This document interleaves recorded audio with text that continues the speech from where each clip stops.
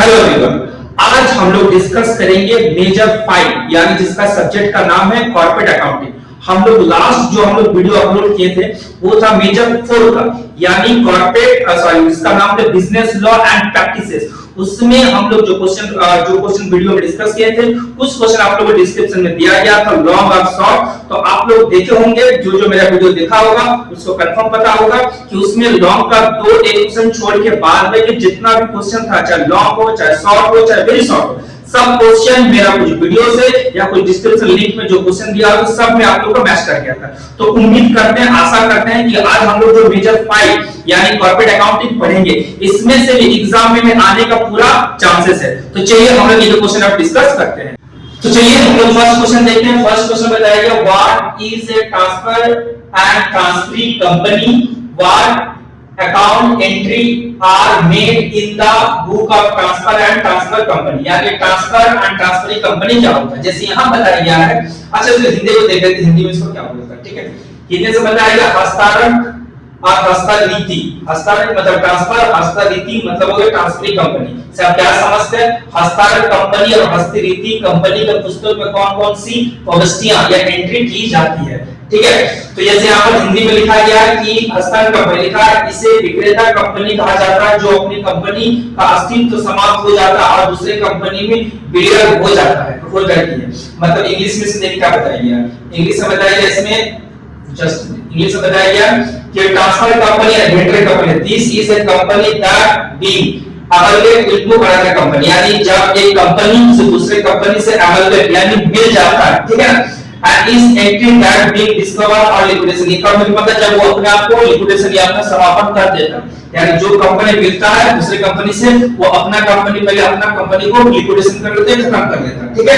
And all assets and liability as per agreement transferred to other company, और वो अपना company close करके जितना भी उस कंपनी का एसेट्स एंड लायबिलिटी था दूसरे कंपनी में भेज देता है, ठीक है। इसको हम क्या बोलते हैं ट्रांसफर कंपनी। सिंपल एग्जांपल मान लेते हैं कि ए लिमिटेड और बी लिमिटेड कंपनी है, ठीक है। ए लिमिटेड कंपनी ने क्या किया, अपना जितना एसेट्स लायबिलिटी बी कंपनी को भेज दिया और भेजने से पहले अपना कंपनी को बंद कर दिया, इसी को बोलते हैं हम लोग, इसको क्या बोलते हैं ट्रांसफर कंपनी, ठीक है।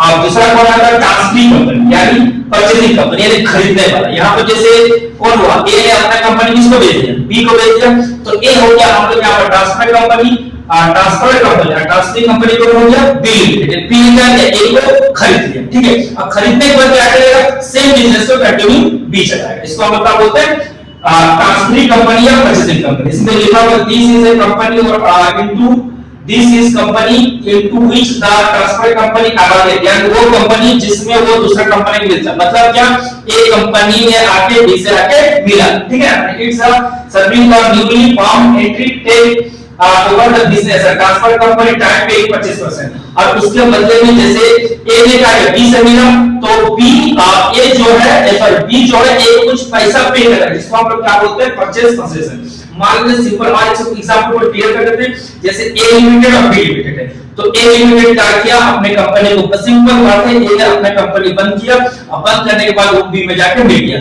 जब बी में जाके मिल गया तो ए के पास जो भी एसेट्स लायबिलिटीज सब भेज दिया गया बी में, और बी उसके बदले में कुछ को पे करता है जिसको हम लोग क्या बोलते हैं परचेज कंसीडरेशन। आई थिंक आपको क्लियर हो गया कि ट्रांसफर कंपनी क्या होता है, ट्रांसफरी कंपनी क्या होता है। यहाँ पर ए जो हो जाएगा वो होगा आप लोग ट्रांसफर कंपनी और बी जो हो जाएगा वो ट्रांसफरी कंपनी, या ए को हम लोग वेंडर कंपनी बोलेंगे और बी को हम क्या बोलेंगे परचेजिंग कंपनी, ठीक है। चलिए अब accounting entry in the book of transfer company. Transfer company का जो हम एग्जांपल माने थे यहाँ पर ए और बी था, तो यहाँ पर ए लिखा है कि टोटल अपना जो एसेट्स लायबिलिटी किसको दे दिया था बी को, तो हम लोग यहाँ पर जो एंट्री पास करेंगे वो ए के अकॉर्डिंग में पास करेंगे। तो फर्स्ट में क्या किया ट्रांसफर एसेट्स, यानी ए ने क्या किया जितना भी एसेट्स था वो किसको भेज दिया बी को भेज दिया, तो उसका एंट्री क्या होगा relation account debit to sundry assets. Second क्या होगा ट्रांसफर लायबिलिटी, यानी ए के पास जितना भी लायबिलिटी था सब किसको भेज दिया गया बी को, तो उसका एंट्री क्या होगा sundry liability account debit realisation account. अब जैसे ए ने अपने एसेट्स लाइट भेज दिया तो जैसे परचेज कंसेशन मतलब बी ने बोला था कुछ पे करेगा, तो जितना पे करने का वादा किया उसका एंट्री क्या होगा परचेज कंसेशन ड्यू, अभी ड्यू यानी पे नहीं किया बात क्या है तुमको दिया जाएगा, तो उसका एंट्री क्या होगा transfer company account debit to relation account, ठीक है। आप रिसीव इन कंसीडरेशन, जैसे आप ए ने बोला तो वो हम 2 लाख रुपए देगा, 2 लाख रुपए क्या क्या देंगे, हो सकता है कैश दे, शेयर दे, डिबेंचर दे, तो जो जो देगा उसका एंट्री करना पड़ेगा। तो कैश दिया होगा तो कैश अकाउंट डेबिट, या बैंक दिया होगा तो बैंक अकाउंट डेबिट, फिर अगर शेयर दिया होगा तो शेयर अकाउंट डेबिट, या ट्रांसफर डिबेंचर दिया होगा डिबेंचर अकाउंट डेबिट, किसे लिखाएगा share in transfer company account debit, debenture देगा debenture in transfer company account debit to transferring company, यानी किसको मिलेगा, ए को मिलेगा। सॉरी ट्रांसफरिंग कंपनी या कौन देगा, यहां पर बी लिखा है, बी ने ए को दिया। Second sale asset, sale of assets, sale of assets not taken over. अब मान लीजिए कुछ ऐसा एसेट्स है जैसे बी ने सॉरी ए ने बी को नहीं दिया और ए ने उस सामान को अलग से किसी को बेच दिया, तो उसका एंट्री क्या होगा, bank account debit to Reliance account.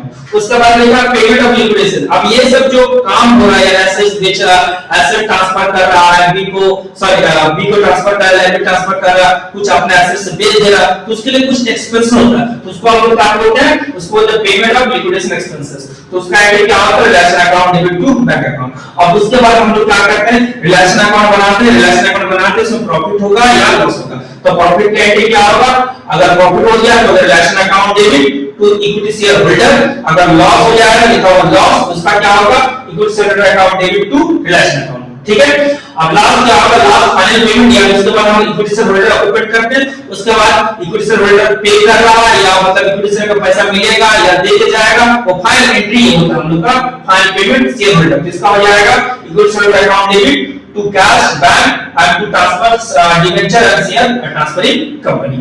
अब हम लोग पढ़ेंगे इन द बुक हम लोग किसका पढ़ेंगे, परचेजर का। तो परचेजर पढ़ने से पहले हम लोग थोड़ा हिंदी में लिखोगा, देख लेते हैं हिंदी में से वैसे होगा, अलग कुछ होगा नहीं हम लोग का। ठीक है, बस जो एंट्री से बोलकर लिखने जो तरीका रहेगा वो थोड़ा अलग रहेगा। देखिए यहाँ पर लिखा हुआ सेम वैसे एंट्री लिखा हुआ है, देखिए यहाँ पर संपत्तियों का हस्तांतरण वही realisation account debit sundry assets, डायरेक्टो का हस्तांतरण वही sundry liability to relation account, फिर प्रतिफल जिसको हम लोग परचेज कंसीडरेशन बोलते हैं, कोई transfer company account debit relation account, फिर प्रतिफल प्राप्ति होने का कोई होगा बैंक अकाउंट या का मिला तो bank account debit share in transferring company, debenture transfer company to transferring company account, अगर लाभ होगा या प्रॉफिट होगा तो relation to shareholder, loss होगा या हानि होगा तो रिलेशन अकाउंट शेयर होल्डर, और लास्ट होगा अंतिम जो फाइनल पेमेंट जो होगा हम लोग फाइनल पेमेंट जो होगा equity shareholder account debit to bank या डिबेंचर या इक्विटी शेयर जो भी रहेगा। ठीक है, ये हम लोग जो एंट्री पास किए वो क्या किए, हम लोग जो एंट्री पास किए थे वो ट्रांसफर कंपनी का, यानी इसको हम लोग क्या बोलते हैं, इसको हम लोग इंग्लिश में देखिए, हम इसको हम लोग बोलते हैं जस्ट मिनट। ठीक है,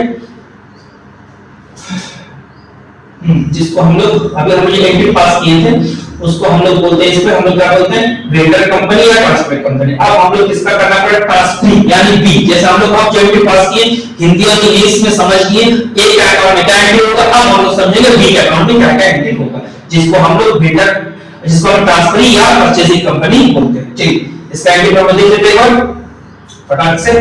देखिए, तो फर्स्ट होगा फॉर बिजनेस परचेज, यानी बिजनेस खरीदा, कौन खरीदा, बी ने खरीदा ए से, यहां पर क्या होगा, business purchase account debit to liquidator transferring company, liquid transfer यहां पर एक कुछ हो जाएगा, एंट्री का क्वेश्चन दिया जाएगा, तो फॉर्मूला में क्या होगा, business purchase account debit to liquidator of transferring company. Second क्या होगा, टेकन एसेट्स लायबिलिटी। अब जैसे बी ने क्या किया, ए का टोटल एसेट्स और लायबिलिटी ले लिया, तो जितना एसेट्स सब डेबिट होगा, एसेट्स अकाउंट डेबिट और लायबिलिटी डेबिट, और परचेज कौन से, यानी कितना रुपए से बात हुई, इस क्वेश्चन में तो एग्जांपल समझा ना, 2 लाख रुपए से बात हुआ था कि ए ने बोला था, सॉरी बी ने बोला था इसको भाई तेरा कंपनी को जब 2 लाख रुपए देंगे, इसको हम लोग परचेज कौन से, यानी जितना ए का एसेट डेबिट में लिखेंगे और ए का लायबिलिटी क्रेडिट में लिखेंगे, अब परचेज कौन से, यानी बी ने जितना इसको पैसा पे किया वो लिखेंगे परचेज कौन से। अगर हम लोग का डेबिट मतलब क्रेडिट साइड ज्यादा रहता है, डेबिट साइड कम, इसलिए लिखते हैं गुडविल अकाउंट डेबिट, इसीलिए इसको पूरा डेबिट लिखा है बैलेंस शीट में। गुडविल का आता है, यानी अगर क्रेडिट साइड ज्यादा डेबिट साइड कम तो गुडविल लिखेंगे, और उल्टा भी हो सकता है, अगर हम लोग का डेबिट साइड ज्यादा क्रेडिट साइड कम तो लिखेंगे कैपिटल। ठीक है, इसलिए दोनों को बोल्ड फिगर में लिखा गया, दोनों को बैलेंस शीट, अगर यानी डेबिट में घट जाएगा गुडविल लिखाएगा, क्रेडिट में घटेगा तो कैपिटल रिजर्व लिखाएगा। नेक्स्ट यहां पर बताया पेमेंट ऑफ परचेज कौन से, जैसे बात हुआ था कि बी ने बोला तुमको पेमेंट करेंगे 2 लाख रुपए, कैसे पेमेंट करेंगे, तो उसका होगा transfer liquidation transfer of liquidator transfer company account debit to share capital, share capital होगा, सिक्योरिटी प्रीमियम भी हो जाएगा, और कैश बैंक दिखाएगा, कैश बैंक भी हो जाएगा। ठीक है, अब लास्ट पेमेंट ऑफ लिबरेशन, ये जो लिबरेशन का जो पेमेंट होता है यानी जो उसका जो खर्चा होता है, जो खर्चा होता है अगर बी वो पे करता है उसका एंट्री क्या हो जाता है, गुडविल अकाउंट डेबिट या capital account debit to bank account, ठीक है। अब लास्ट ये जो हम लोग का क्रिएट स्ट्रक्चर रिजर्व, इसका एंट्री लास्ट होता है हम लोग का evaluation adjusted reserve account debit to state treasury reserve.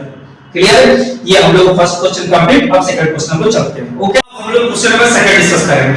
Second जो क्वेश्चन भी है वो उसी पे आधारित है, अभी जो हम लोग क्वेश्चन पढ़े थे उससे आधारित है। जैसे बताएगा discuss the between amalgamation into the purchase nature of merger and amalgamate in the nature of purchaser. AS 40 the accounting standard 40। ये सिंपल बात होता है कि नेचर ऑफ मर्जर और नेचर ऑफ परचेजर में डिफरेंस क्या है बताइए, ठीक है।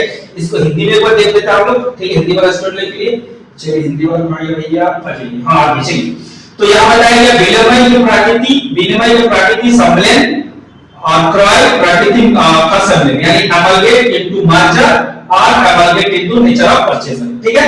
ये लोग का डिफरेंस क्या क्या है चलिए यहां पर हम लोग देख लेते हैं अभी। तो अब जैसे यहां पर बेसिक बताया गया फर्स्ट कंडीशन क्या बताया गया, all the 5 condition specified in the AS 40 must be satisfied. इसका मतलब यह है कि अकाउंटिंग स्टैंडर्ड में चार मतलब पांच को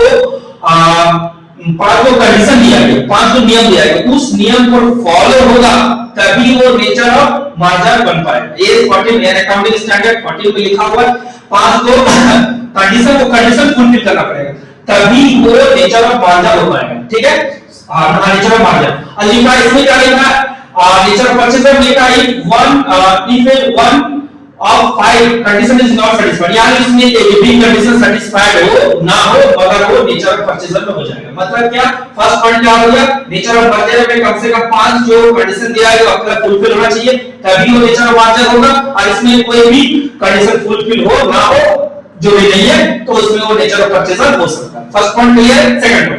सेकंड बताया गया टोटल एसेट्स और लायबिलिटी। देखिए हम जब एंट्री पास कर रहे थे तो टोटल एसेट्स और लायबिलिटी पास कर रहे थे, यहां पर क्या बताया गया, all assets and liability transfer to all assets and liability of the transfer company are taken. यानी जितना ये जैसे हम पढ़े थे और भी था तो ये नहीं आया सब एसेट्स लायबिलिटी का सब एसेट्स सब लायबिलिटी का मतलब क्या होता है, लायबिलिटी का मतलब क्या होता है यानी वहां पर उसका current liability non current liability reserve surplus यानी सब कुछ आएगा किसमें, यानी जब ए ने जब बी को भेजेगा सब एसेट्स भेजेगा और लायबिलिटी सब भेजेगा। पर एसेट्स में कुछ एसेट्स होता है जैसे discount of issue of share premium expenses ये सब नहीं आएगा मगर उसको छोड़ के सब एसेट्स आ जाएगा। लायबिलिटी में क्या होता है, शेयर कैपिटल छोड़ के बाकी ये रिजर्व सरप्लस के अंदर रिजर्व फंड करंट लायबिलिटी के अंदर आप लोग का take payable creditor non current liability के अंदर डिवेंचर बैंक लोन ये सब आ जाएगा, ठीक है। ये किसमें होगा, नेचर ऑफ मर्जर में।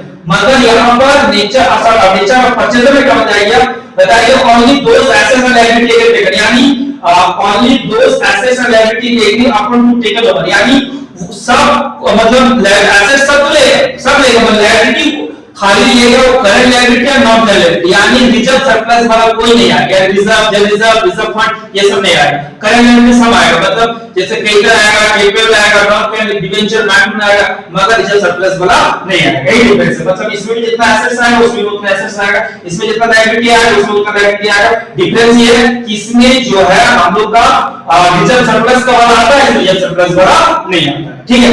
यहाँ बहुत सा कंडीशन में देखा जाता है कि ओनली एसेट्स यानी बहुत सा कंडीशन में जो एसेट्स या लायबिलिटी नीचे लिखा रहेगा कि भाई बी ने एक वही सब पर्टिकुलर एसेट्स पर्टिकुलर लायबिलिटी खरीदा तब वही सब आएगा, सब कुछ नहीं आएगा मगर इसमें सब कुछ आ जाएगा, सब एसेट्स सब लायबिलिटी आ जाएगा। क्लियर है। Second point. थर्ड पॉइंट लिखा share holder interest because share holder holding at least 90% face value equity share become share holder transfer company यानी इसमें जैसे ए ने बी को सिर्फ मिल गया एमालगेट कर लिया तो कम से कम ए को बी कंपनी का मतलब उसका जो वैल्यूएशन होगा उसका जो वैल्यूएशन निकला उसका 90% शेयर मिलना चाहिए। क्लियर है। Question number 4 what is a internal reconstruction how does is difference from external reconstruction यानी इंटरनल रिकंस्ट्रक्शन क्या है और ये किस प्रकार से एक्सटर्नल रिकंस्ट्रक्शन अलग है। इसको हम लोग हिंदी में भी देख लेते हैं, हिंदी में क्या बताता है। देखिए हिंदी में बताया गया है आंतरिक पुनर्निर्माण यानी इंटरनल रिकंस्ट्रक्शन क्या है और ये बाहरी पुनर्निर्माण से किस प्रकार भिन्न है। देखिए, अब रिकंस्ट्रक्शन या आंतरिक पुनर्निर्माण का मतलब क्या होता है, जब कोई कंपनी कंटिन्यू लॉस करता है या उसका एसेट्स का वैल्यू ओवरवेट है। ओवरवेट का मतलब जैसे मान लेते हैं मैक्सिमम उसका 5 लाख रुपया है, बैलेंस शीट में शो कर रहा है मार्केट में 3 लाख, ओवरवेट इसको बोलते हैं। तो ऐसे सिचुएशन में क्या करता है कंपनी, बिना लिक्विडेट किए हुए, बिना खत्म मतलब बंद किए हुए उसको रिकंस्ट्रक्शन यानी जो एसेट्स को जो ओवरवेट में शो कम किया है लॉस को बिजनेस से हटाया जाता है। ठीक है, इसके लिए क्या करते हैं, जो इक्विटी शेयर रहता है, जो प्रेफरेंस शेयर रहता है या लायबिलिटी साइड में जो बैंक लोन रहता है, उन लोगों का उसका अपना वैल्यू घटा के ये एसेट्स और लायबिलिटी बोथ साइड क्या करता है मैनेज किया, जिससे कि वो जितना एसेट्स है और वो जितना जो एसेट जो ओवरवेट है जो लॉसेस उसको बिजनेस से हटा दे। इसी प्रोसेस को हम लोग क्या बोलते हैं, रिकंस्ट्रक्शन। ठीक है, अब ये जैसे यहाँ पे लिखा है, देखिए जैसे यहाँ पे थोड़ा सा लिखा हुआ है, जैसे लिखा गया आंतरिक पुनर्निर्माण का अर्थ होता है कंपनी वित्तीय ढांचे में बदलाव करना ताकि भारी नुकसान या लॉस संपत्तियों बड़े मूल्यों को घटाकर कंपनी की स्थिति सुधारी जा सके, इससे कंपनी का समापन नहीं होता। क्लियर, मतलब वही चीज बताया कि जो इंटरनल जो रिकंस्ट्रक्शन होता है वो क्या करता है, जो कंपनी का लॉसेस रहता है या जो भी उसका संपत्ति इसका वैल्यू दिया रहता है उसको कम किया जाता है, जिससे ये काम मतलब कंपनी की स्थिति को अच्छा सुधारा जाता है, आगे कंटिन्यू स्मूथली चल पाए और उसको बिना लिक्विडेशन यानी बिना खत्म किए किया जाता है। इसको हम क्या बोलते हैं, रिकंस्ट्रक्शन। ठीक है, अब इसको हम लोग डिफरेंस क्या बताएगा, इंटरनल और एक्सटर्नल रिकंस्ट्रक्शन। चलिए इसको इंग्लिश में देख लेते हैं। ठीक है, वो चीज लिखा गया है, देखिए आप कि internal reconstruction the process when the company undergoes a legal and financial reconstruction without being a liquidation, यानी कंपनी क्या करता है बिना रिकंस्ट्रक्शन का लिक्विडेशन किया अपने कंपनी क्वेश्चन करता है, कैसे करता है, it is usually done the rate of accumulated losses and over assets। वही चीज बताया गया। ठीक है, अब हम लोग समझ लेते हैं डिफरेंस क्या क्या है इंटरनल और एक्सटर्नल। रिकंस्ट्रक्शन बात समझिए, आप थोड़ा एक्सटर्नल बात समझ लेते हैं। एक्सटर्नल का मतलब क्या होता है, इंटरनल क्या होता है वही कंपनी रहता है, नया कंपनी नहीं बनता। बट एक्सटर्नल में क्या होता है कि नया कंपनी बनता है। जैसे मान लो पहले एबी लिमिटेड था, अभी न्यू एबी लिमिटेड किया जाता है। वही सब एसेट्स को जो पुराना कंपनी का यानी एबी लिमिटेड कंपनी के एसेट्स को न्यू एबी कंपनी लिमिटेड में ट्रांसफर किया जाता है और जितना लायबिलिटी जो लॉसेस रहता है जो लॉसेस रहता है या जो मान लेते हैं क्या बोलते हैं ओवर वैल्यूड एसेट्स रहता है उस सबको हटा के वो नया कंपनी बनाया जाता है, जिससे वो भी कंपनी से स्मूथ अच्छा से चल पाए। ठीक है, तो ये क्लियर हो गया इंटरनल एक्सटर्नल का डिफरेंस। मेन डिफरेंस है ये कंपनी लिक्विडेशन, इसमें जो रिकंस्ट्रक्शन का लिक्विडेशन होता है इसमें बिना लिक्विडेशन का होता है इंटरनल में, और एक्सटर्नल लिक्विडेशन के साथ उसको रिकंस्ट्रक्शन किया जाता है। चलिए, तो यहाँ पे लिक्विडेशन आपको पहले पॉइंट पे ली कि अगर नो कंपनी लिक्विडिटी विदाउट, यानी इसमें कंपनी का लिक्विडेशन यानी समापन नहीं होता है। ठीक है, पुराना कंपनी रहता है, यहाँ लिखा है एग्जिस्टिंग कंपनी लिक्विडेट यानी जो पुराना कंपनी वो बंद कर दिया जाता है, नया कंपनी बनाया जाता है। यहाँ पर new company format same equity same entity continue, यानी यहाँ पर किसी प्रकार का जो इंटरनल रिकंस्ट्रक्शन में कोई नया कंपनी नहीं होता है, पुराना कंपनी कंटिन्यू चलता है। यहाँ पर बताया गया ये न्यू कंपनीज पर यहाँ पर नया कंपनी होता है और जो पुराना कंपनी रहता है लिखा हुआ फॉर्मेट टू ओवर, यहाँ क्या करता है जो यहाँ नया कंपनी होता है पुराना जो कंपनी रहता है वो टेक ओवर कर लेता है। मतलब यहाँ पर जो न्यू कंपनी जो होता है वो क्या करता है पुराना कंपनी को टेक ओवर कर लेता है, और यहाँ पर क्या होता है कि जो पुराना कंपनी ही रहता है। नेक्स्ट कैपिटल रिडक्शन लिखा is in the format reducing the share capital. ठीक है, इसमें शेयर यहाँ पर लिखा है इसमें कि फॉर्मेट रिड्यूस किया जाए शेयर कैपिटल को लिखा डू नॉट, मतलब यहाँ पर जो शेयर कैपिटल का वैल्यू है वो था 100 रुपया था उसको 25 कर दिया गया, प्रेफरेंस शेयर 100 रुपया था 50 कर दिया, यानी शेयर कैपिटल को वैल्यू कम किया। लिखा it does not involve reduce of but transfer to into business, यानी यहाँ पर कम नहीं गया था उसको दूसरा कंपनी में ट्रांसफर किया जाता है। थर्ड पॉइंट कोड लिखा रिक्वायर्ड लीगल कंप्लेंशन, मतलब सिंपल इसमें कोड का जरूरत पड़ता है, यानी अगर आपको इंटरनल रिकंस्ट्रक्शन करना है तो कोड से आपको आदेश लेना है।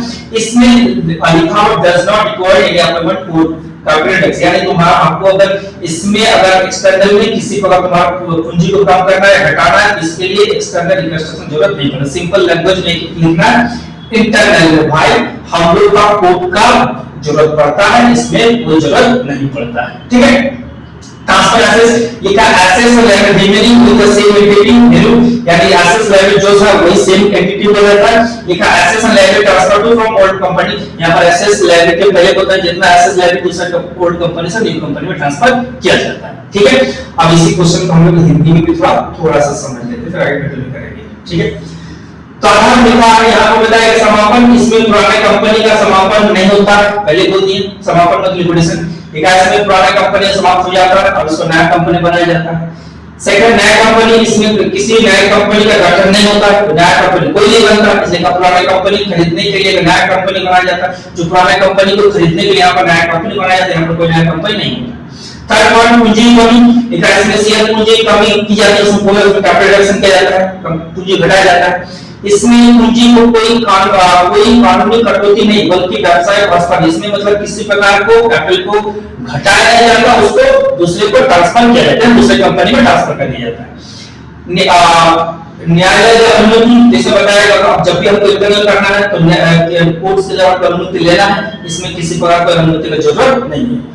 आगे यहाँ पर अस्तित्व, इसमें पुराना कंपनी बनाया जाएगा और इसमें क्या हो जाएगा, नया कंपनी आ जाएगा।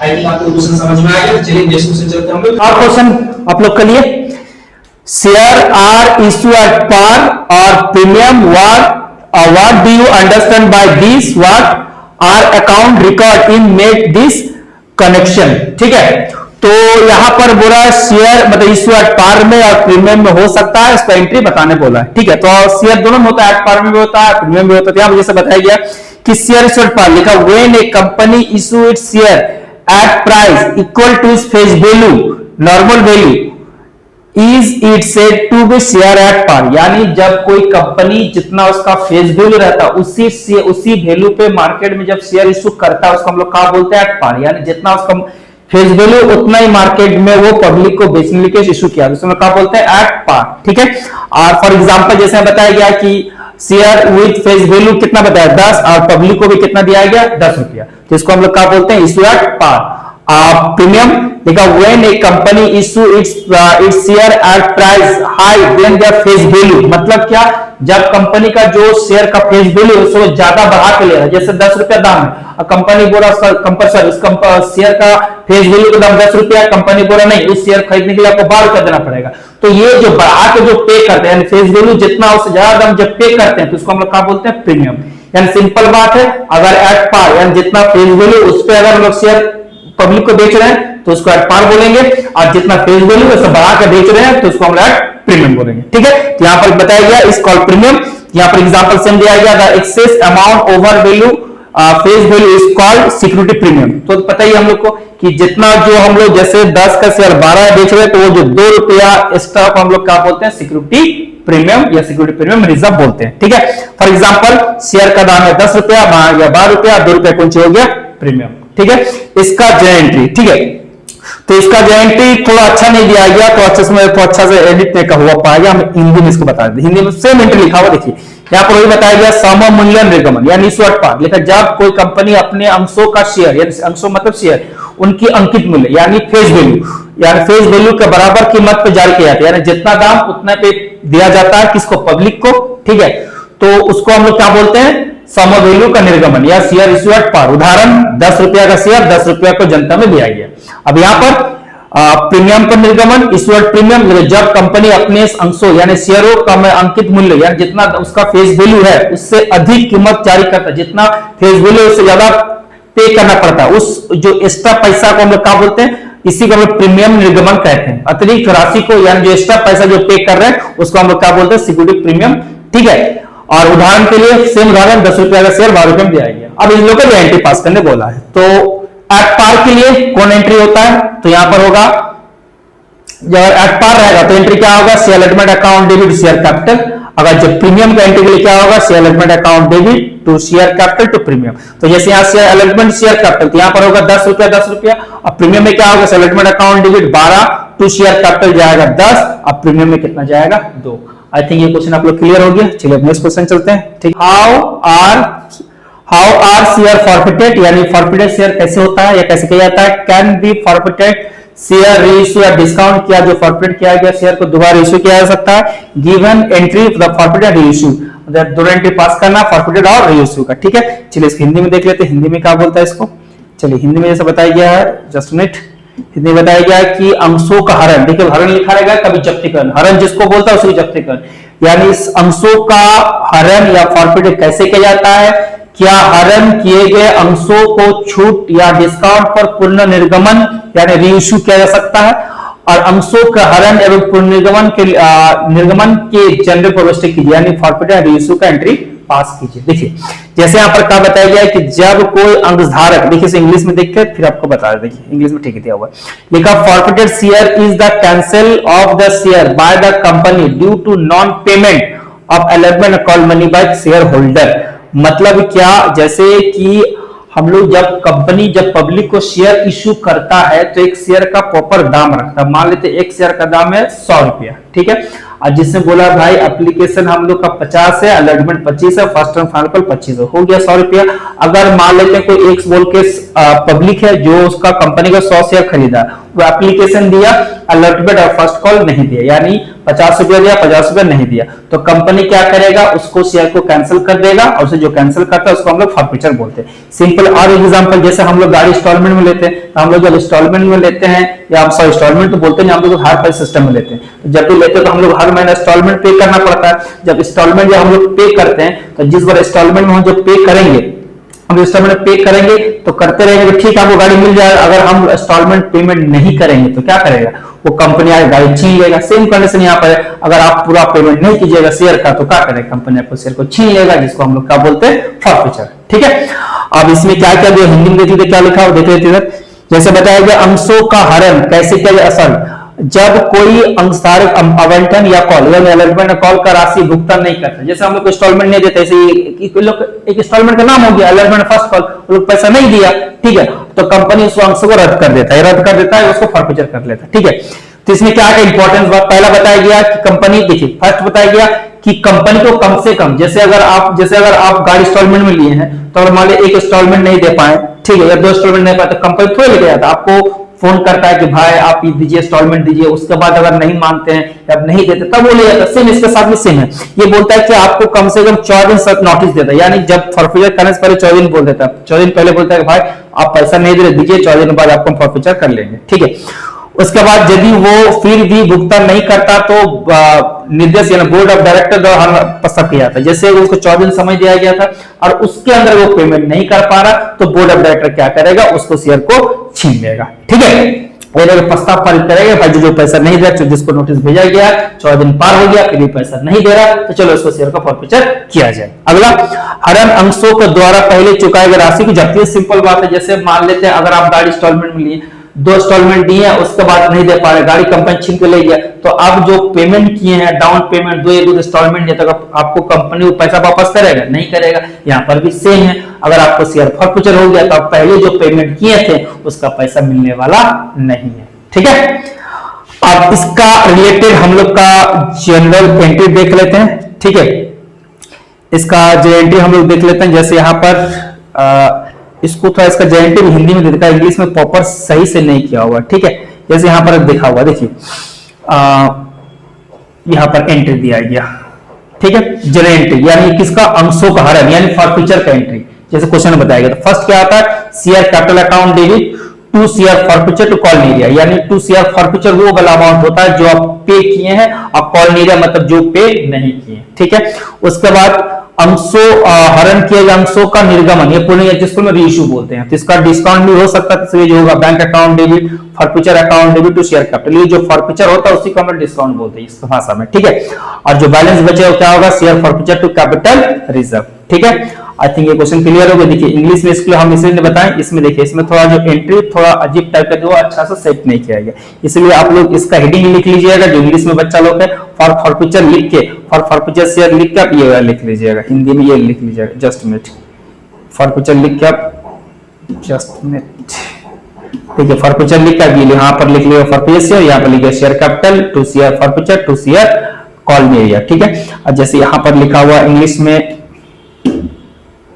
जैसे इंग्लिश में लिखा फॉर रीइश्यू शेयर, जहां लिखा ना फॉर रीइश्यू शेयर, तो वहां पर आप जाके ये वाला एंट्री कर दीजिएगा, यहाँ पर लिखिएगा फॉर इशू लिखिएगा, यहाँ पर जो लास्ट वाला दिया गया वो लिख दीजिएगा। लास्ट में यहाँ पर क्या दिया हुआ हम लोग, यहाँ पर लास्ट में हम लोग दिया for transferring balance to capital reserve. यहाँ पर जो लिखा गया है आप लोग यहाँ पर जो लिखा है ना शेष, तो इसी का आप लिखिए transfer to balance, sorry transfer balance to capital reserve, इसका एंट्री हो जाएगा। क्लियर है।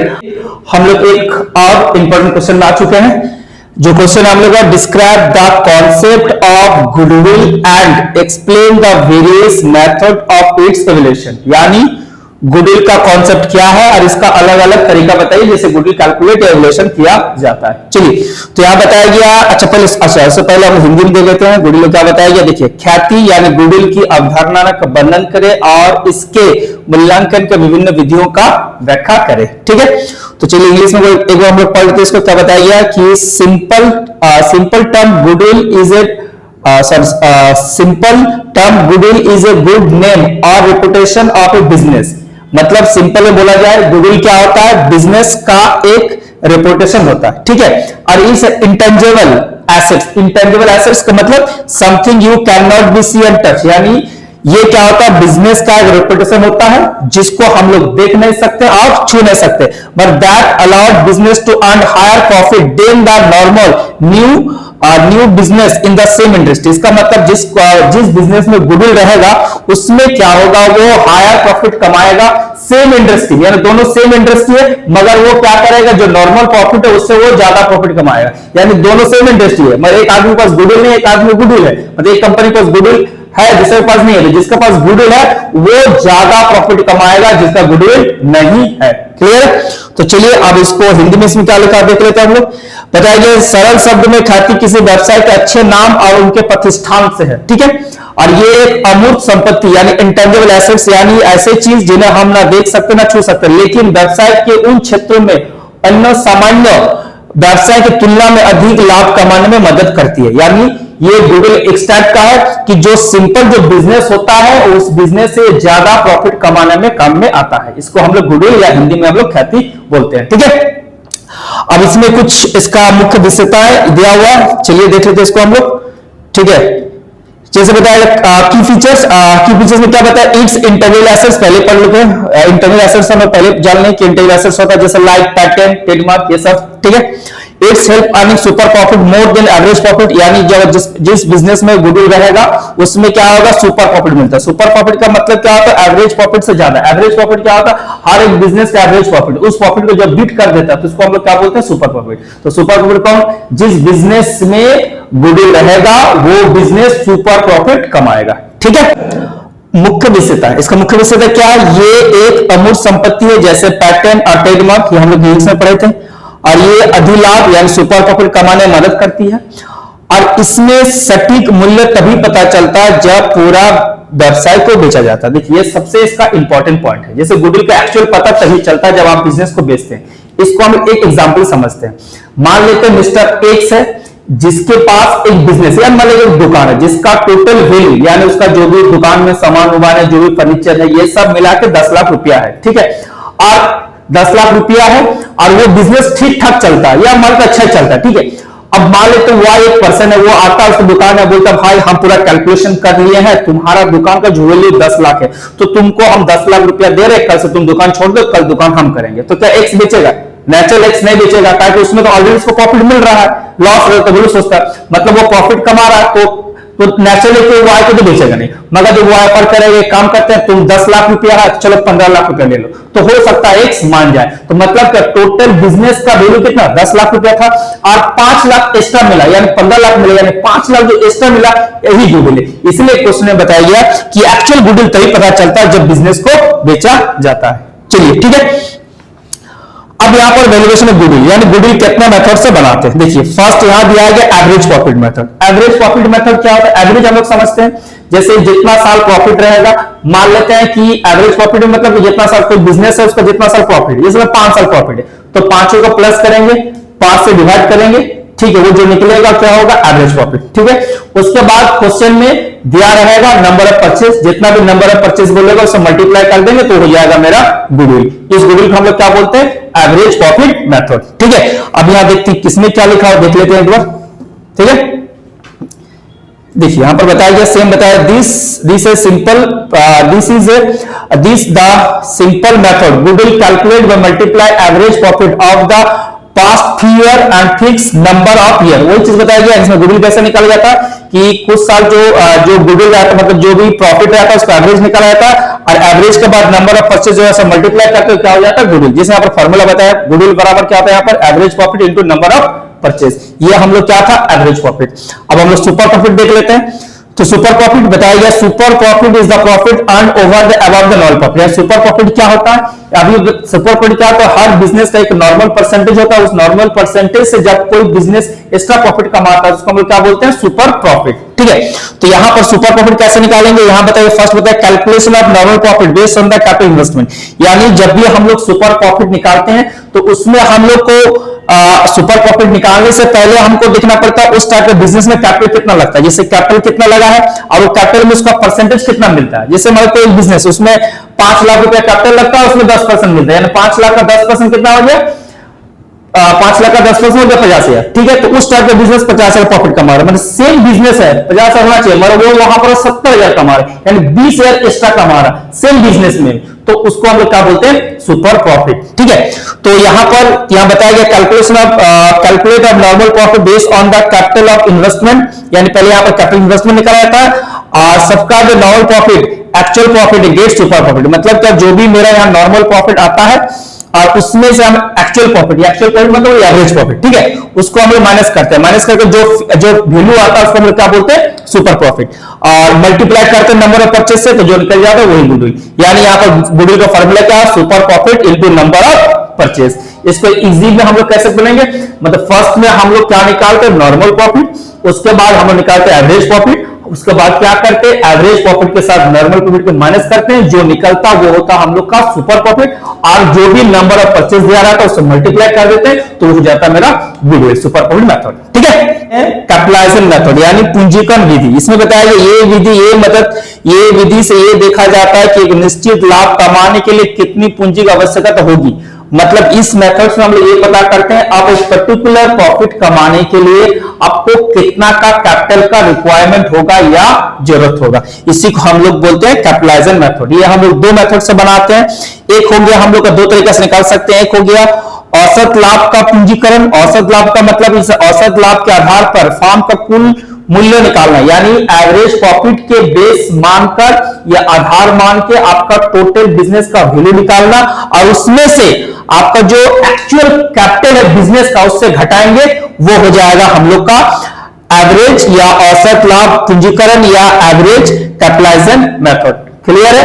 नेक्स्ट अधिलाभ पूंजीकरण, सेम इसमें से अधिलाभ को सामान्य दर पूंजी से किया जाता है। इसमें क्या होता है जो अधिलाभ यानी जो सुपर प्रॉफिट होता है वो जैसे यहां पर जो हम लोग निकालते हैं औसत निकालते हैं, यहां पर क्या करते हैं हम लोग पूंजी पे निकाल के करते हैं। क्लियर है, ये हो गया हम लोग का capitalisation method. Last and final हो गया हम लोग का एन्युटी मेथड। लिखा ये विधि पैसे के समय मूल्य टाइम वैल्यू मनी पर ध्यान रखती है, यानी ये टाइम वैल्यू पर ध्यान रखा जाता है।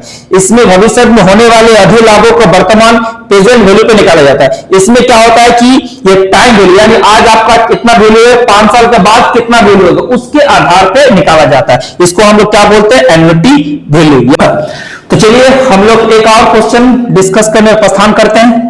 जैसे बता रहा what are the various method of valuation of shares, यानी वैल्यूएशन ऑफ शेयर्स निकालने का कौन कौन सा मेथड है। Describe and illustrate the net assets method of valuation of share, यानी कौन का मेथड है उसमें हम लोग को बताना पड़ेगा जो नेट एसेट्स वैल्यूएशन शेयर क्या होता है। ठीक है, चलिए इसको हिंदी में देख लेते हैं। हिंदी में क्या लिखा गया है, बताया गया शेयरों के मूल्यांकन के विभिन्न विधियां क्या है। नेट एसेट्स यानी शुद्ध संपत्ति विधि को वर्णन कीजिए और उदाहरण सहित समझाइए। ठीक है, तो शेयर का मूल्य की विधि यानी वैल्यूएशन ऑफ शेयर कितना मेथड से बनता है, हम लोग को 3 मेथड। पहले बताएगा नेट एसेट्स मेथड, इसमें बता रहा है क्या ये कंपनी के संपत्ति मूल्यों पर आधारित होता है, यानी कंपनी का जितना भी एसेट्स है उस पर आधारित होता है, उस पर हम लोग निकालते हैं एक एक शेयर का दाम, जिसको हम लोग क्या बोलते हैं नेट एसेट्स मेथड। ठीक है, सेकंड आय फल या प्रतिफल यानी यील्ड मेथड। लिखा ये कंपनी द्वारा कमाए जाने वाले लाभ को डिविडेंड पर आधारित होता है। इसमें जो कंपनी प्रॉफिट कमाता है, उसके बदले में शेयर होल्डर को जो डिविडेंड देता है उसके आधार पे जो शेयर का दाम निकाला जाता है उसको हम लोग यील्ड मेथड बोलते हैं। ठीक है, अब लास्ट उचित यानी फेयर मेथड लिखा, ये ऊपरी दी दोनों विधियों का औसत पे होती है। यानी हम लोग फेयर वैल्यू मेथड कैसे निकालते हैं, यानी हम लोग पहले नेट एसेट्स मेथड निकालना पड़ेगा, उसके बाद यील्ड मेथड निकालना पड़ेगा, फिर दोनों को प्लस करके दोनों का एवरेज निकालेंगे, जो निकलेगा वही हो जाएगा मेरा fair value method. I think आप लोग को क्लियर है कि नेट एसेट्स वैल्यू यील्ड और सॉरी यील्ड मेथड और फेयर वैल्यू मेथड। ठीक है, अब जैसे क्वेश्चन बताया गया हम लोग को नेट एसेट्स मेथड, यानी जो नेट एसेट्स मेथड से किस प्रकार एक शेयर का दाम निकालते वो हम लोग को यहाँ पर क्वेश्चन में बोला गया, बताइए। हम लोग निकालेंगे नेट एसेट्स विधि, यानी नेट एसेट्स मेथड से किस प्रकार से शेयर का दाम निकाला जाता है, यानी वैल्यू ऑफ ईच शेयर का दाम कैसे निकाला जाता है। तो इस विधि को आंतरिक विधि या इंसेंटिव वैल्यू बोलते हैं। इसमें शेयर की कीमत इस पर आधार पर निकालते हैं कंपनी के अपनी देनदार चुकते के बाद कितनी संपत्ति बची होती है। यानी इसमें इस इंसेंटिव वैल्यू में क्या करते हैं, जितना भी एसेट्स रहता है उसमें आउटसाइड लायबिलिटी घटाकर जो बचता है उसके आधार पे हम लोग नेट एसेट्स मेथड निकालते हैं, नेट एसेट एसेट्स इस शेयर का वैल्यू निकालते हैं। अब इसमें इसका फॉर्मूला दिया गया है, जैसे बताया गया, सबसे पहले कंपनी सभी कुल संपत्ति और टोटल एसेट्स का बाजार मूल्य जोड़ेगा, यानी कंपनी के पास जितना भी एसेट्स है सब एसेट्स का जो मार्केट वैल्यू है उसको प्लस किया जाएगा। सेकंड में क्या होता है, इसमें से जो बाहरी देनदार यानी आउटसाइड लायबिलिटी जैसे बैंक लोन हो गया, क्रेडिटर हो गया, टैक्स हो गया, इसे क्या करेंगे, घटा देंगे। किसको घटाएंगे, या टोटल एसेट्स जो हम लोग मार्केट वैल्यू वाला प्लस किए उसमें क्या करेंगे, आउटसाइड लायबिलिटी यानी क्रेडिटर, टैक्स ये सब माइनस कर देंगे।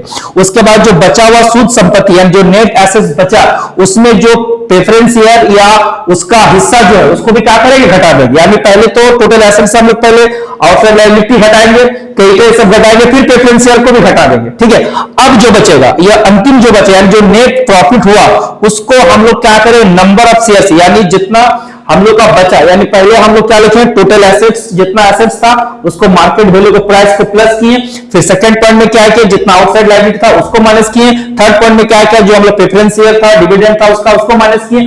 अब जो अमाउंट बचा उसका नंबर ऑफ इक्विटी शेयर से डिवाइड करेंगे और जो वैल्यू निकलेगा वही होगा हम लोग का एक शेयर का वैल्यू, जिसको हम लोग नेट एसेट्स मेथड्स बोलते हैं। यानी इसी मेथड से हम लोग एक शेयर का वैल्यू निकालते हैं। क्लियर?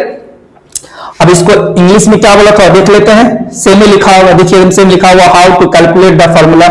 तो जैसे हम बताया नेट एसेट्स मेथड या इंसेंटिव हाउ इज कैलकुलेट, तो सेम बताया गया कि टोटल एसेट्स ऐड होगा, लिखा add up to the market value all assets, fix assets, current assets, goodwill. हाँ, इसमें एक और नया बात बोला चलिए, जिसमें एक्सक्लूडिंग यानी fixed asset like preliminary expenses ये सब नहीं आएगा। ठीक है, प्रीलिमिनरी एक्सपेंसेस होगा या डिस्काउंट और इश्यू ऑफ डिवेंचर होगा, ये सब अमाउंट नहीं आएगा, यानी नहीं, इसको नहीं लेना। यानी फिक्स एसेट लेना, करंट एसेट्स लेना, यहाँ पे गुडविल भी ले सकते हैं, मगर ये जो फिक्सेड एसेट्स जैसे प्रीलिमिनरी एक्सपेंसेस या discount of issue of share, debenture, वो सब अमाउंट को ऐड नहीं करते।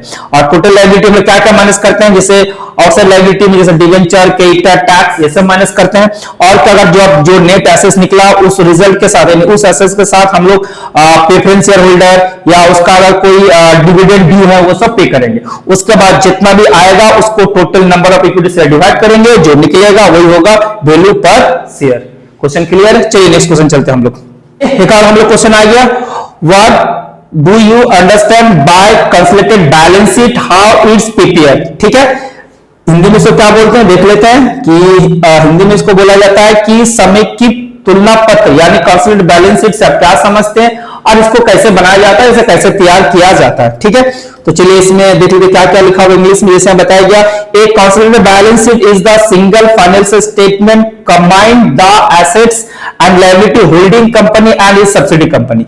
यहाँ पर कंसोलिडेटेड बैलेंस शीट का मतलब क्या होता है कि दो कंपनी यानी दो का मतलब एक होल्डिंग कंपनी और सब्सिडी कंपनी का दोनों मिला हुआ एसेट्स एंड लायबिलिटी को जो बनता है उसको हम लोग क्या बोलते हैं, कंसोलिडेटेड बैलेंस शीट। पहले हम लोग ये समझ लेते हैं होल्डिंग कंपनी किसको बोलते हैं, सब्सिडी कंपनी किसको बोलते हैं। जब एक कंपनी दूसरे कंपनी का 50% या 50% ऊपर शेयर खरीद लेता है उसको हम होल्डिंग कंपनी बोलते हैं। जैसे मान लेते ए लिमिटेड और बी लिमिटेड। ए लिमिटेड ने क्या किया, बी लिमिटेड का 50% या 50 से ऊपर उसका शेयर खरीद लिया, तो ए लिमिटेड हो गया होल्डिंग कंपनी और बी कौन सी हो गया, सब्सिडी कंपनी। अब ये जब बैलेंस शीट बनेगा तो दोनों का कंबाइंड बैलेंस शीट बनेगा। इसमें क्या होगा, जितना एसेट्स और लायबिलिटी ए कंपनी और बी कंपनी मिल के प्लस हो गया, जितना एसेट्स होगा ए का जितना भी एसेट्स है और बी का जितना एसेट्स है प्लस हो जाएगा, जितना ए का लायबिलिटी है और जितना बी का लायबिलिटी प्लस हो जाएगा, और ये बनकर जो बैलेंस शीट बनता है उसको हम लोग क्या बोलते हैं, कंसोलिडेटेड बैलेंस शीट। ठीक है, अब यहां पर वही चीज बताई गई, देखिए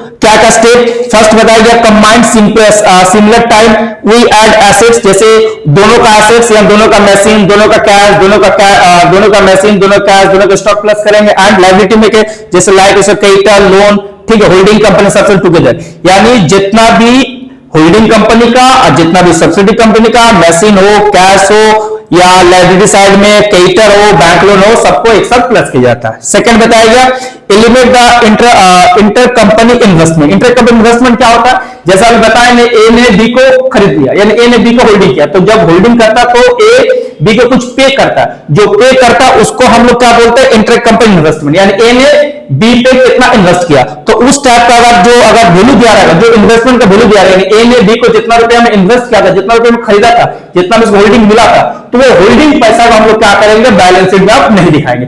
ये जो रहेगा वो ए लिमिटेड का बैलेंस शीट में रहेगा। जब हम लोग कंसोलिडेटेड बैलेंस शीट बनाएंगे तो ए लिमिटेड से इसको हटा देंगे। Clear. Second, calculation cost of control या गुडविल एंड कैपिटल। देखिए जब क्या होता है, जब ए कंपनी ने बी को जब खरीदता है, तो अगर ए का अगर जैसे हम बताएंगे, पहले समझाते, लिखा if the holding company paid more than the value of share about extra amount is goodwill. मतलब क्या, अगर जैसे ए ने बी का जितना भी उसका वैल्यू निकला, मान लो बी का वैल्यू निकला 5 लाख रुपया, ठीक है ना, और ए ने उसके लिए 6 लाख रुपया पे किया, यानी इसका 1 लाख रुपया पे किया, इसको हम क्या बोलेंगे, गुडविल। इसका उल्टा अगर मान लेते हैं कि बी का टोटल वैल्यू 5 लाख निकला और बी ने ए ने इसको दिया 3 लाख रुपया, तो 2 लाख रुपया बच गया, तो ये कौन सी हो गया, कैपिटल रिजर्व। ठीक है, तो यहां बताया गया, जैसे आप बताया गया, if paid less saving is called capital reserve, तो गुडविल कैपिटल रिजर्व। क्लियर। चलिए नेक्स्ट समझते हैं इसमें, कैलकुलेट द माइनॉरिटी इंटरेस्ट। जैसे हम बताएं, जैसे कि अगर कोई होल्डिंग कंपनी से ए लिमिटेड ने बी लिमिटेड का मान लेते हैं, अब बोले 50% सुपर, मान लेते हैं ए ने बी का 80% शेयर खरीदा है, ए ने बी ने कितना शेयर खरीदा, 80, तो 20 बच गया, 20 हम लोग क्या बोलते हैं, माइनॉरिटी इंटरेस्ट। ठीक है, तो यहां पर बताया गया कि कैलकुलेट माइनॉरिटी लिखा, if holding company does not own 100% नहीं कर 80% के, जैसे हम एग्जांपल हमारे, तो subsidiary company part belong the outside shareholder is calculate and show the separate as a minority interest of the liability side. यानी जो 20% बच गया उसका टोटल कैलकुलेशन क्या आता है, यानी इसको शेयर में से जो बी का शेयर है उसमें से कितना मिलेगा, प्री एक्विजिशन प्रॉफिट में कितना हिस्सा मिलेगा, पोस्ट एक्विजिशन प्रॉफिट में कितना हिस्सा मिलेगा, वो सब टोटल अलग किया जाता है, सर टोटल अलग से प्लस किया जाता है अलग से, और उसको हम लोग क्या बोलते हैं, माइनॉरिटी इंटरेस्ट, और उसको हम लोग क्या करते हैं, कंबाइंड जो बैलेंस शीट रहता है या कंसोलिडेटेड बैलेंस शीट रहता है उसको लायबिलिटी साइड में शो करते हैं। नेक्स्ट पॉइंट यहां बताया गया, common element the common debt. Common debt का मतलब जिसको हम लोग इंटर डेट बोलते हैं, जैसे ए और बी है, जैसे मान लेते हैं ए ने एक कंपनी ने बी से कुछ सामान खरीदा था उधार में, ठीक है, अब दोनों कंपनी मिल जा रहा, तो अब ये ए को बी को पे नहीं करेगा, दोनों सेम कंपनी हो गया, इसी को हम लोग बोलते हैं जो कॉमन हम लोग का डेट रहता है वो इग्नोर कर दें, हटा दिया जाता है। ठीक है, तो चलिए अब ये last treatment of pre acquisition और प्रॉफिट एक्विजिशन। जैसे प्री एक्विजिशन लगा, pre acquisition profit earn by subsidy before the was bound टीटेस capital use the calculation of goodwill. मतलब प्री एक्विजिशन प्रॉफिट क्या होता है, यानी जब ए ने बी को खरीदा नहीं था, खरीदने से पहले कितना प्रॉफिट जब था उसको हम लोग क्या बोलते हैं, प्री एक्विजिशन प्रॉफिट, जो गुडविल या क्या बोलते, गुडविल या कैपिटल रिजर्व निकालने में काम आता है। ये जो पोस्ट एक्विजिशन खरीदने के बाद, यानी अब जब ए बी को खरीद लिया उसके बाद बी का कितना प्रॉफिट लॉस या जो रिजर्व जो हुआ, इसको हम लोग बोलते हैं प्री एक्विजिशन, इसको हम बोलते हैं post acquisition profit. What do you mean by redemption of preference share? What are the statutory requirement for the search of redemption? चलिए इस हिंदी में समझ लेते हैं। हिंदी में क्या बोलता है, हिंदी में बता रहा है कि पूर्वाधिकार अंशों का शोधन रिडेम्बल ऑफ प्रेफरेंस शेयर से आप क्या समझते हैं, ऐसे शोधन करने के लिए वैधानिक आवश्यकता क्या है, तो चलिए उसको हम समझते हैं। देखिए यहाँ पर हम लोग बताया है कि in simple word redemption mean the repayment, देखा, when a company issue a preference share and take money from investor। मतलब क्या होता है कि रिडेम्पशन का मतलब होता है रीपेमेंट, यानी पेमेंट करना। जैसे एग्जांपल मान लेते हैं एक कंपनी है, उसको अपना बिजनेस को ग्रोथ करने के लिए, कंपनी ग्रोथ के लिए पैसा चाहिए, तो क्या करता है, सिंपल इन्वेस्टर से प्रेफरेंस शेयर इशू करता है, ठीक है। अब प्रेफरेंस शेयर जब इशू करता है तो इन्वेस्टर क्या करता है, वो कंपनी को पे करता है। अब कुछ साल बाद कंपनी क्या करता, उस जो इन्वेस्टर उसको प्रेफरेंस शेयर से कंपनी ने इन्वेस्ट किया था, और वही सब पैसा दोबारा कंपनी उसको वापस करता है, उसी को हम लोग बोलते हैं रिडम्बल ऑफ प्रेफरेंस शेयर, ठीक है। तो आप पढ़ लीजिए यहाँ पर, जैसे बताइए कि आफ्टर सेम चीज बताइए कि रिडम्बल प्रेफरेंस शेयर मतलब रिपेमेंट करना, लिखा when company issue preference share, या जब कंपनी प्रेफरेंस शेयर इशू करता है और टेकन मनी फ्रॉम इन्वेस्टर, और इन्वेस्टर से अपना पैसा लेता है, आफ्टर सर्टेन पीरियड, एक टाइम के बाद कंपनी क्या करता है, उस पैसा रिटर्न कर देता है किस शेयर होल्डर को, ठीक है। This process to return the capital to preference share holder called redeemable preference share, clear. चलिए अब इसमें क्या क्या लीगल प्रोसेस रूल है। फर्स्ट लिखा फुल्ली पेड अप शेयर, लिखा a company can only redeemable preference share और fully paid up if a shareholder has been not paid the cost in their share, those shares are cannot be redeemed until the balance is paid। मतलब क्या कि fully paid up share होना चाहिए, यानी जो मान लेते हैं जो कंपनी जब मार्केट में प्रेफरेंस शेयर इशू किया था, तो मान लेते हैं एक शेयर का दाम 100 रुपया, ठीक है, या 100 रुपया, तो जो शेयर होल्डर 100 रुपया का पूरा 100 रुपया दिया, उसी को पेमेंट होगा, इसलिए यहाँ बताया फुल्ली पेड अप होना चाहिए। मान लेते हैं कोई प्रेफरेंस होल्डर 100 रुपया दाम था, मगर उसको कंपनी ने वो व्यक्ति ने, वो इन्वेस्टर ने कंपनी का सिर्फ पे दिया, तो उसको रिडम्बल नहीं होगा, यानी उसका प्रेफरेंस शेयर का रिडम्पशन नहीं होगा, यानी उसको पैसा नहीं मिलेगा, क्लियर। तो ये first point clear, fully paid up यानी उसी को पेमेंट होगा जो एक शेयर का जितना वैल्यू था उतना वैल्यू आप पेड किए, तभी आप रिडम्बल होगा, अगर आप पूरा पेमेंट नहीं किए तो आप रिडम्बल नहीं होगा। चलिए नेक्स्ट पॉइंट। अब सोर्स ऑफ फंड मतलब ये जो कंपनी डबल करेगा तो कंपनी को पैसा कहां से आएगा, ये पैसा कहां कौन सोर्स से लेगा, उसको हम लोग बोलते हैं सोर्स ऑफ फंड। तो दो जगह से ले सकता है, फर्स्ट पता है fresh issue, market rise to for selling new share and equity payments, यानी कंपनी क्या कर सकता है, दोबारा मार्केट से दोबारा फ्रेश इक्विटी से इशू कर सकता है, या फिर आप आम आदमी से पैसा ले सकता है, या दोबारा अपने नया प्रेफरेंस इशू कर सकता है और उस पैसा को लेके जो पुराना प्रेफरेंस होल्डर है उसको पेमेंट कर देना, ये तरीका हो गया। दूसरा तरीका क्या हो गया, डिविजन प्रॉफिट का, using the company existing profit, यानी कंपनी पर जो पहले से प्रॉफिट या जनरेशन था उसमें से भी वो पे कर सकता है, जैसे डिविडेंड जो पे करता है उसी पैसे से वो पे कर सकता है, ठीक है। तो ये समझ में आ गया, गोल्डन से बेस यानी नया एक्विजिशन से पेमेंट हो सकता है, दोबारा कंपनी पर जो भी अपना प्रॉफिट लॉस है उससे पेमेंट कर सकता है, ठीक है।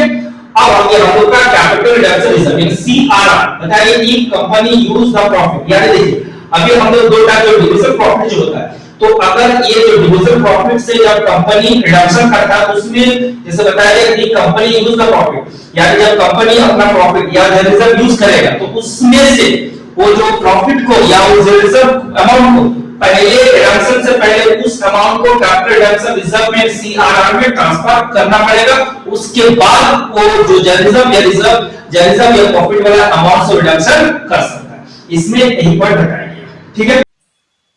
यहाँ जैसे बताया गया प्रीमियम और रिडक्शन, लिखा कि company promise to pay more than the face value reduction at a premium, this extra amount arranged from the company's profit security premium before the reduction of capital। देखिए यहाँ पर ये प्रीमियम और reduction क्या होता है, जैसे कंपनी जब इशू करता प्रेफरेंस शेयर, ठीक है, जैसे 100 रुपए में इशू किया, अब इशू टाइम बोलता भाई आप 100 रुपए में इशू करें, जब रिडम्बल करेंगे तो 110 में, तो जो एक्स्ट्रा पैसा दे रहा है इसको हम क्या बोलते हैं, प्रीमियम और रिडक्शन। तो इसके लिए कंपनी को ये भी पैसा प्रॉफिट या सिक्योरिटी प्रीमियम से यूज कर सकता है, ठीक है। और last and final time limit, देखिए जैसे अभी हम लोग समझे कि प्रेफरेंस शेयर क्या होता है कि कंपनी को रिडम्पशन करना पड़ता है, तो उसका जो रिडम्पशन की जो कंपनी रिडम्पशन करेगा तो उसका मैक्सिमम टाइम बंधा हुआ कितना लिखा हुआ 20 साल, या 20 साल के अंदर कोई भी प्रेफरेंस शेयर को आपको रिडम्पशन करना पड़ेगा।